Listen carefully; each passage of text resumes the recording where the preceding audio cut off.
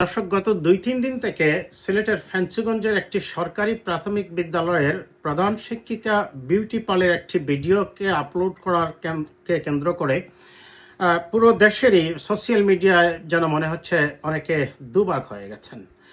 এই বিষয়টা নিয়ে এত বেশি কনসার্ন দেখানো হয়েছে যেটার আদৌ কোনো প্রয়োজন ছিল কিনা, এবং একজন শিক্ষকের তার সরকারি কর্মচারী বা কর্মকর্তা বিধিমালা নীতি অনুযায়ী এখানে কোনো লঙ্ঘন হয়েছে কিনা, কিংবা সরকারি বিধি অনুযায়ী পার্টিকুলারলি শিক্ষকতা পেশায় শিক্ষকদের যে বিষয়গুলোতে মনোযোগ থাকা দরকার এবং যে বিষয়গুলো সরকারি বিধি অনুযায়ী সবচেয়ে বেশি ফলো করতে হবে, এইটার সাথে তার এই ভিডিও আপলোড করাটাতে কোনো ধরনের বিধিমালার লঙ্ঘন হয়েছে কিনা, আমি সেই অংশে পরে আসছি। আমরা একটু সংক্ষেপে দেখেনি যে আসলে এটা নিয়ে কী হলো এবং কিভাবে বিষয়টা ছড়ালো।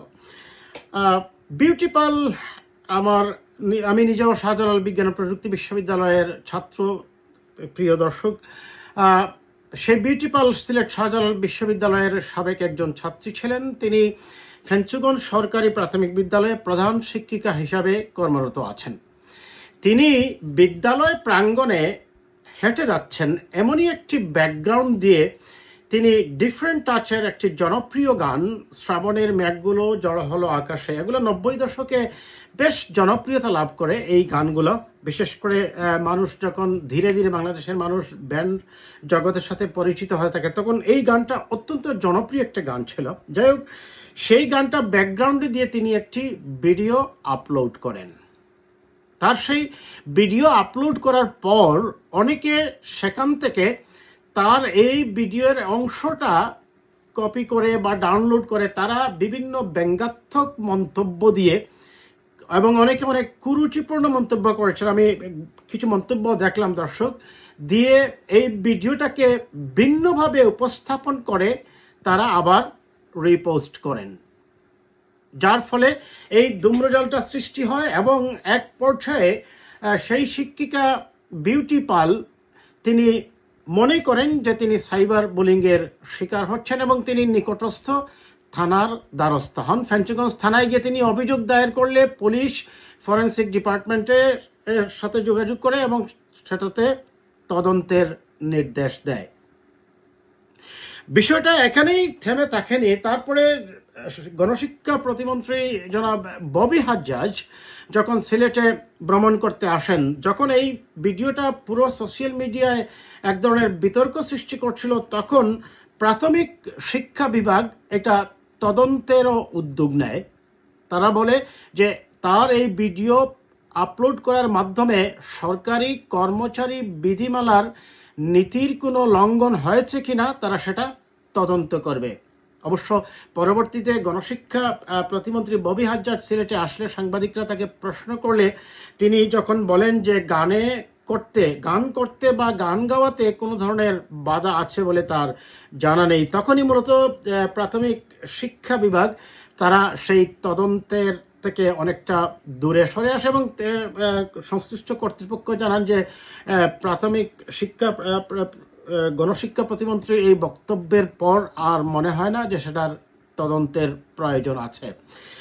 যাই হোক দর্শক, আমার যে উদ্দেশ্য নিয়ে কথা বলা, সেই উদ্দেশ্যটা শুধু যে এই ঘটনাটা তা নয়, এটা নিয়ে কি কি সতর্কতা আমাদের অবলম্বন করা উচিত এবং এটা আসলে কি কোনো সরকারি বিধিমালার লঙ্ঘন হয়েছে কিনা আমরা একটু খোঁজার চেষ্টা করি।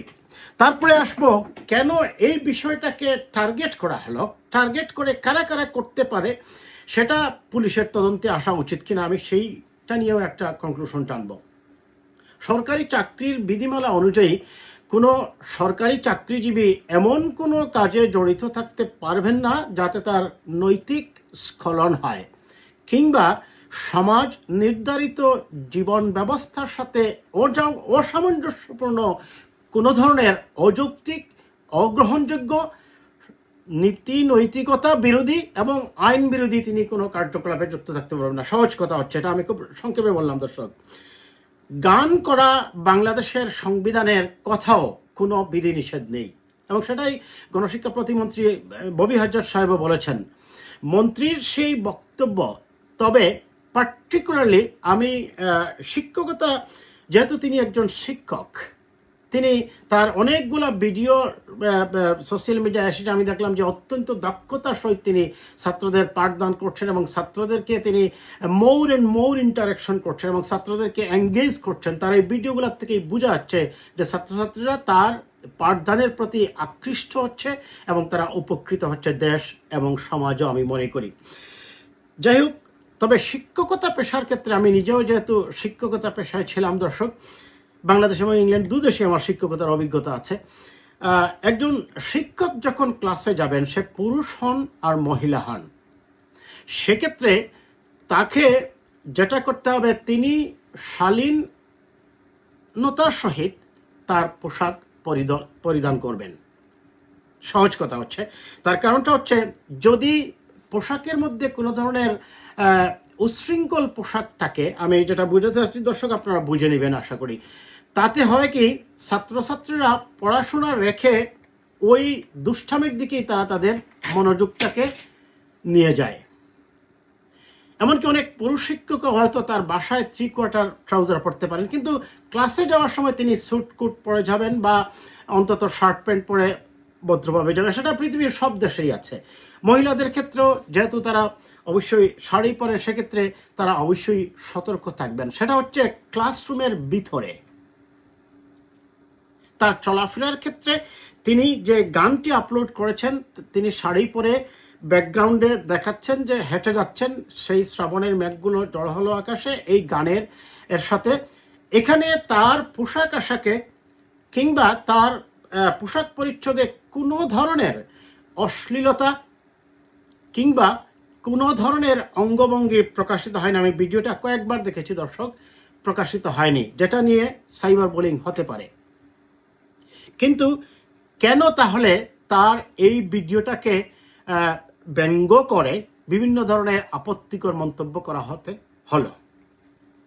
এখানে দুইটা জিনিস থাকতে পারে, দুইটা পক্ষ থাকতে পারে। একটা পক্ষ হতে পারে যে যেহেতু তিনি হিন্দু ধর্মাবলম্বী একজন শিক্ষক, এটা হতে পারে একটা পক্ষ মনে করতে পারে এটা যদি আপলোড করে একটু সোশ্যাল মিডিয়া সমালোচনা করা যেতে পারে, তাহলে সমাজকে একটু বিব্রত করা এবং সংখ্যালঘুদের উপর যে দৃষ্টিভঙ্গিটা এই সমাজের শুভ নয়, এটা প্রমাণ করার জন্য হয়তোবা হতে পারে। কারণ আমি কেন বলছি দর্শক এই কথাটা, এই ভিডিওটা আদৌ কোনো ধরনের অশালীনতা কিংবা কোনো ধরনের সমাজ বিরোধী কোনো কিছু নয়, বরং এটি সম্পূর্ণরূপে একজন শিক্ষক, তিনিও মানুষ, তার ব্যক্তি স্বাধীনতা, তার আবেগ, তার উচ্ছ্বাস, তার ভালোবাসা, তার সংসার জীবন, তার পারিপার্শ্বিকতা, তার নাইবারহুড, তার সমাজকে নিয়ে চলার তারও একটা আবেগ আছে, জীবন আছে, ব্যক্তিগত জীবন আছে।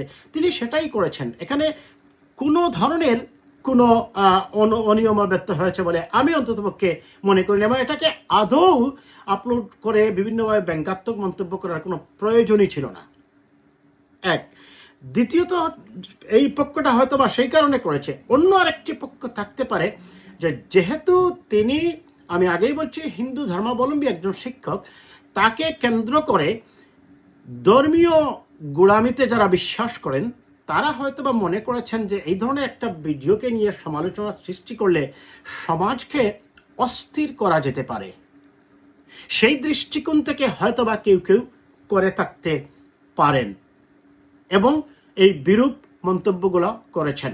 আমি পুলিশকে অনুরোধ করব, এই শিক্ষকের সরকারি চাকরির বিধিমালা লঙ্ঘন হয়েছে কিনা এটা তদন্তের চেয়ে যারা এটাকে বিকৃত করে বা বিকৃত মন্তব্য করে এটাকে আবার রিলোড করেছেন, তাদের ব্যাপারে তদন্ত করা হোক। এবং দুইটা পক্ষই এখানে থাকতে পারে বলে আমি মনে করছি দর্শক।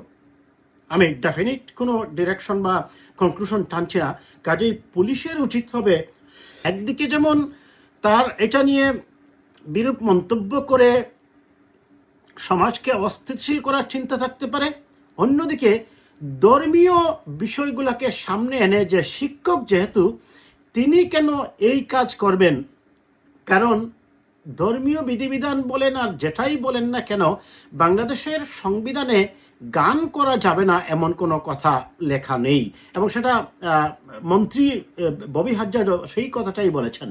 যাই হোক, বিষয়টা আমার মনে হয় এখানেই শেষ হয়ে যাবে। আমরা আশা করব যারা এই কাজগুলো করেছেন এবং এই বিষয়টা নিয়ে আদৌ এই সমালোচনা বা এই পর্যন্ত আনারও প্রয়োজন ছিল না করেছেন, তারা ভবিষ্যতে আরও সতর্ক থাকবেন এবং সব কিছুতেই দুর্গন্ধ ছড়ানোর যে এক ধরনের মন মানসিকতার কিছু মানুষ থাকেন, তাদেরকে আরেকটু ভেবে চিনতে যে কোনো বিষয়ে কথা বলা এবং বিরূপ মন্তব্য করার ব্যাপারে, কারণ আমি বিরূপ মন্তব্য শব্দটা বারবার বলছি দর্শক, তার এই ভিডিওর কমেন্টগুলো আমি কয়েকটা পড়েছি, আমি দেখেছি, যা কোনোভাবেই গ্রহণযোগ্য নয়।